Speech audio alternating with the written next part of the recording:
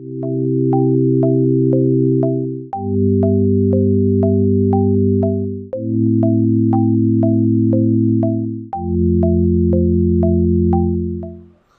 Morning to all of you. तो आज हम वापस से स्टार्ट करते हैं जो हमने प्रीवियस क्लास में हमने शायद जो प्रॉपर्टीज के बारे में पढ़ा था, वो प्रॉपर्टीज जो थी हमारे वो चार्ज से रिलेटेड थी कि how to transfer the charge, which one, friction, conduction and induction method. आज जो हम स्टार्ट करने वाले हैं हम आज पढ़ेंगे बेसिकली चार्ज की प्रॉपर्टीज क्या क्या होती है, कैसे कैसे चार्ज आप पे ट्रांसफर होता है, उसके बारे में हम आज थोड़ा सा और ब्रीफली एक्सप्लेन करेंगे। तो आज हम बात करते हैं properties of charges।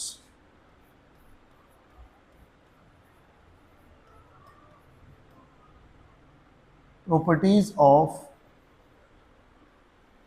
charges। तो चार्ज की बेसिकली प्रॉपर्टीज होती है, जैसे आप भी जानते हो कि जैसे same charge repel each other, opposite charge attract each other, इन सबको तो हम पढ़े हुए होते हैं। लेकिन कुछ और इंटरेस्टिंग प्रॉपर्टीज होती है, जैसे first of all how to add the charges, that means which is known as additivity of charge। additivity of charge this property shows how to add the charges। that means if there are many charges in a bound region q1, q2, q3 to qn are the charges in any bound region, then to calculate the total charge we should add them। I equals to 1 to n।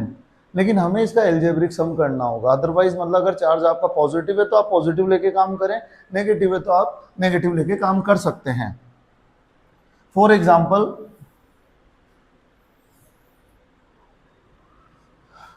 This is the shaded portion, this is the 2 microcoulomb minus 5 microcoulomb, 3 microcoulomb, here 10 microcoulomb minus 7 microcoulomb, here 5 microcoulomb, 2 microcoulomb, 10 microcoulomb respectively। The question is calculate the total charge in shaded portion। So this is the shaded portion, this is the shaded portion। सो हमें remaining charge को calculate नहीं करना है, तो total charge will be 5 plus 2 plus 10 which become 17 microcoulomb, that's it. तो आपके जो total charge हो जाएगा वो 17 माइक्रोकूलम हो जाएगा। अगर चार्ज प्लस के है तो प्लस में आपको ऐड करना है, माइनस है तो माइनस लेके आपको ऐड करना है। तो यहाँ पे हम एल्जेब्रिक सम इसी वजह से करते हैं, सारे चार्जेस को हम पॉजिटिव कैलकुलेट नहीं कर सकते। This is the first property. And now the second property is invariance of charge। invariance of charge। जैसे मान लेते हैं कि आपका नाम रोहन है, तो रोहन अगर क्लासरूम में बैठा है, मान लो हमसे स्टडी कर रहा है, तो रोहन अगर क्लासरूम में तब भी उसका नाम रोहन है। रोहन घर पे भी चला जाएगा तब भी नाम उसका क्या होगा, रोहन होगा। ना तो उसका जेंडर चेंज होगा, ना रोहन अपनी आइडेंटिटी को चेंज करेगा। रोहन नाम क्या हो गया, ये फिक्स हो गया। तो मतलब चाहे वो मोशन कर रहा है, चाहे वो रेस्ट पे बैठा हुआ है, रोहन रोहन है। तो रोहन अगर चेंज नहीं होता तो चार्ज भी यहाँ पे चेंज नहीं होगा। That means charge is at rest should be equal to charge is at motion. This property shows the invariance property of a charge। And the third property is quantization of charge। quantization of charge। बच्चों basically आप लोगों ने chemistry में भी पढ़ा होगा, आपने जितनी भी प्रॉपर्टीज देखी है, aluminium 3+, sodium +1, chlorine Cl-, calcium 2+, ये जितनी भी प्रॉपर्टीज में है, हमें यहाँ पे जो वैल्यू मिल रही है बेटा वो इंटीजर्स है। तो इंटीजर मतलब यहाँ पे ये प्रॉपर्टी आपको शो करना चाहती है कि जो चार्ज ट्रांसफर होगा वो n मल्टीपल ऑफ इलेक्ट्रॉन होगा, क्योंकि यहाँ पे चार्ज आपके बेसिक्स जो होते हैं, चार्ज आपके जो ट्रांसफर होता है, तो चार्ज को ट्रांसफर करने के लिए आपको, अगर यहाँ पे हम फ्रैक्शन की बात करें, किसी की बात करें, डेसिमल की बात करें, चार्ज इस तरह से ट्रांसफर नहीं होता। आप किसी के ऊपर ऐसा लिखा हुआ नहीं देख सकते Cl3/2 माइनस, एल्यूमिनियम 5/2 प्लस, ऐसे चार्ज का ट्रांसफर नहीं होता। That means charge is basically n multiple of electron, where n is number density of electron, that means total numbers of electrons present in a volume of vessel. Now n is the number 1 2 3, this is the integer up to infinite. Electron is 1.6 into 10 to power minus 19 coulomb. This is the smallest value or basic value of charge which is called 1 electron. तो यहाँ पे आपके इस तरह से आ जाती है। For example मान लो आपसे क्वेश्चन पूछा गया कि आपसे जो क्वेश्चन पूछा गया वहां पे पूछा गया आपसे calculate the number of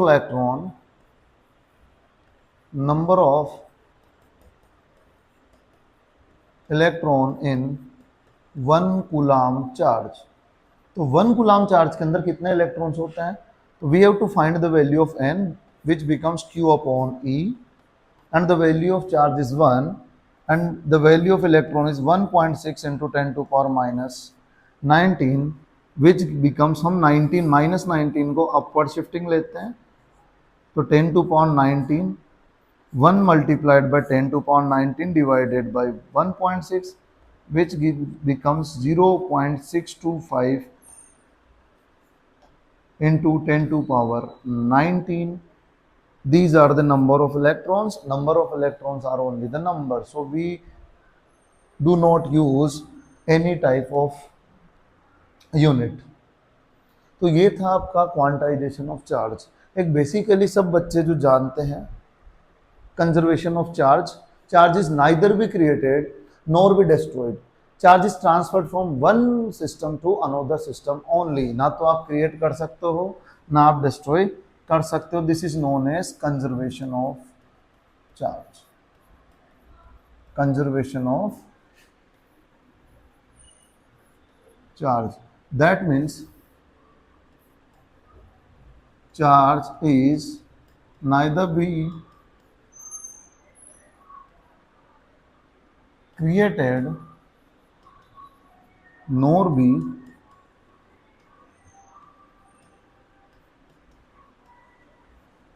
destroyed. Only we can transfer from one system to another system. अब एक प्रॉपर्टी और जो इसको खास बनाती है, एक आपके पास डोनर होता है, दूसरा होता है आपके पास acceptor.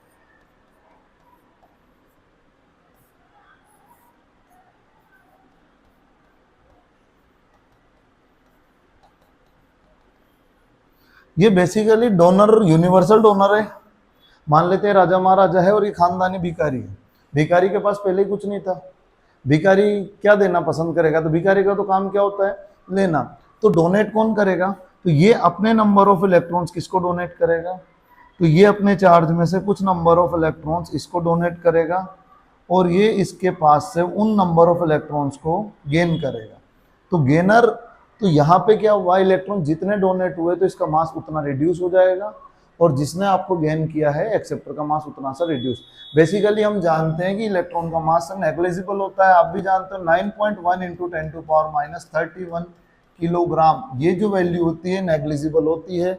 We can't see from our eyes and we can't recognise them.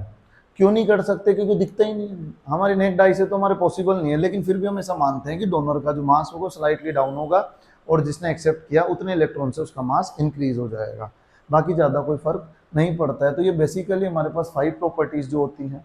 अब चार्ज के बारे में हम क्या क्या जानते हैं? तो आप यही जानते हो, like charge, repulsion, opposite charge,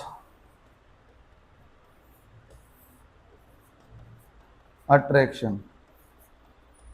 basically अब हम ह्यूमन बींग्स पे इसको नहीं अप्लाई करते क्योंकि ह्यूमन बींग्स में ऐसा होता है कि उनके पास ब्रेन होता है और कुछ कुछ बाय डिफॉल्ट ऐसे फंक्शन भी होते हैं कि like charges attract each other and unlike charges repel each other.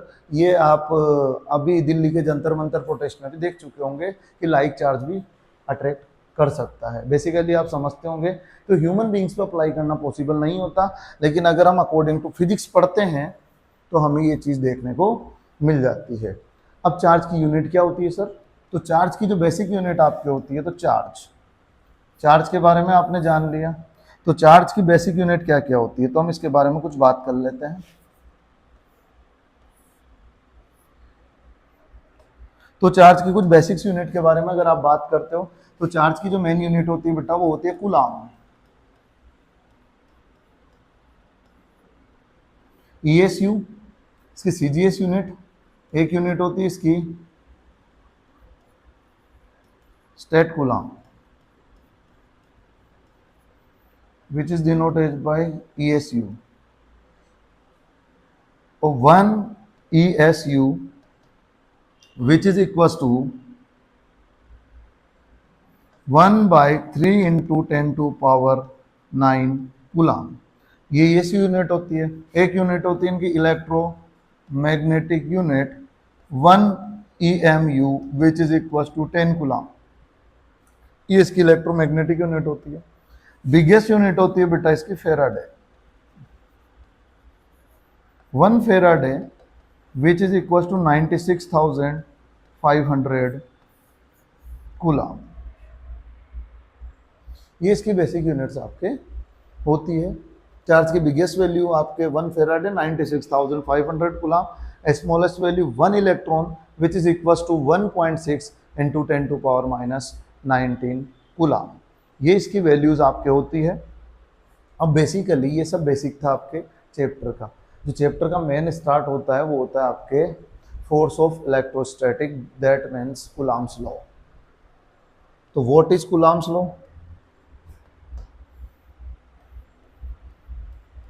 Column Coulomb's law. He says that when two stationary charges, what is stationary charges? They should be at rest, Q1 and Q2. Suppose that both charges Q1 and Q2 are separated by a distance r, then force of electrostatics acting between them will be product of their charges and inversely proportional to square of the distance between them.